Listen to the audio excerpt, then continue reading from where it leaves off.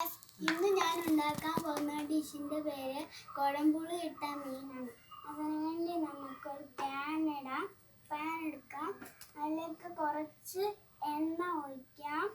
അത് കഴിഞ്ഞ ശേഷം നമ്മുടെ കടുകിടാം.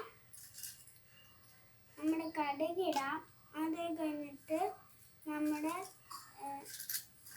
ഉലുവ ഇടാം. അത് കഴിഞ്ഞിട്ട്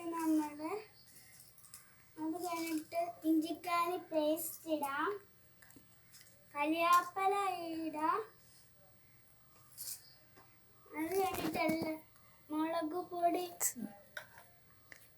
മിക്സ് ചെയ്യാം. അത് കഴിഞ്ഞിട്ട് നമുക്ക് മുളക് പൊടി ഇടാം, മഞ്ഞപ്പൊടി ഇടാം. അത് കഴിഞ്ഞിട്ട് നമുക്ക് ഉപ്പിടാം.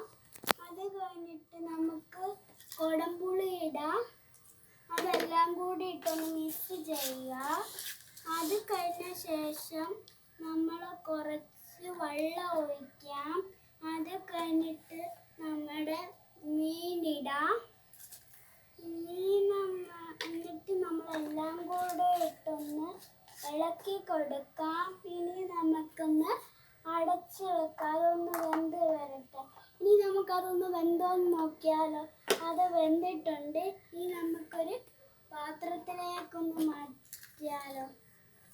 ഓക്കെ, നമ്മൾ കുടംപുളി ഇട്ട മീനാണ് ഇവിടെ റെഡി ആയിട്ടുണ്ട്. എല്ലാവരും സബ്സ്ക്രൈബ് ചെയ്യുക, ലൈക്ക് ചെയ്യുക.